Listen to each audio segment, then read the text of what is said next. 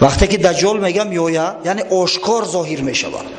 خچ آشکار نعوذ بالله پیغمبر اعلان میکنه و بعدا خدا اعلان میکنه. خدای تعالی بر او حرام گردانده است از سرحد مدینه عبور کردن.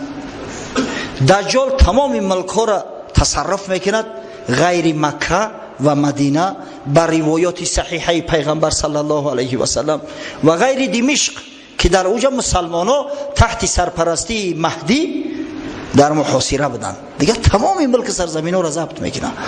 اگه دجال میگه مدینه میآید به خاطر تصرف مدینه، اما خداوند از بس که حرامش گردونده است در اومدن نمیتونه. در روایت اومده است حضرت رسول الله صلی الله علیه و سلم میگه لها یومئذ سبعة ابواب علی کل باب ملکان. در همون روز مدینه 7 در داره، در هر درش 2 ملائکه خدا 2 ملائکه پهلوان قرول ایستادیان که دجال ندروید. وقتی که دجال نزول میکنه در نزدیکی مدینه، یک مرد از شهر مدینه خارج میشود. حضرت میگه هو خیر الناس، بهترین مردم به در عصر زمان.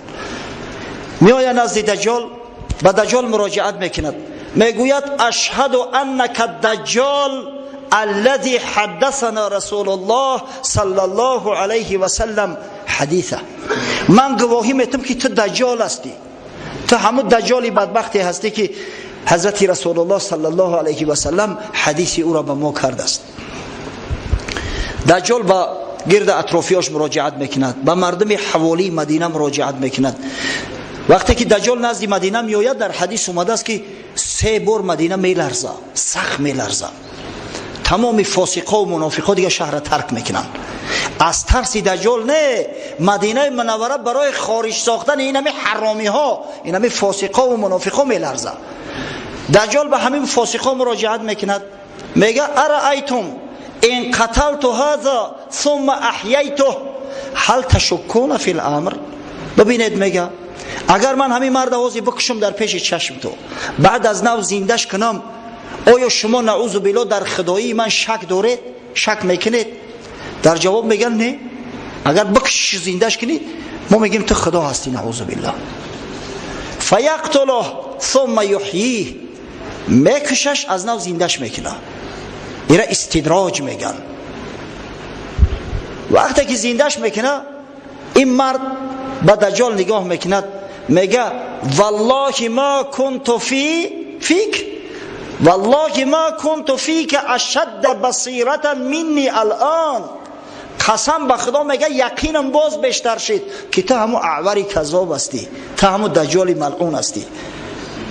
این هر قدر که دجال کوشش میکنه دیگه کشتش نمیتونه.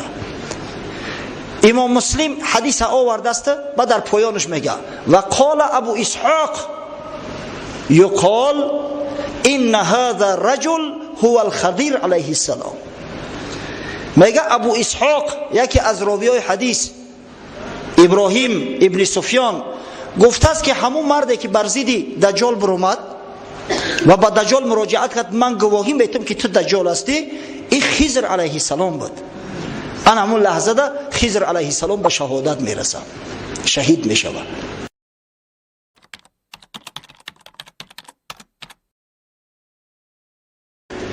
وقتی که دجال میگم میآید یعنی آشکار ظاهر میشود. خچ آشکار نعوذ بالله پیغمبر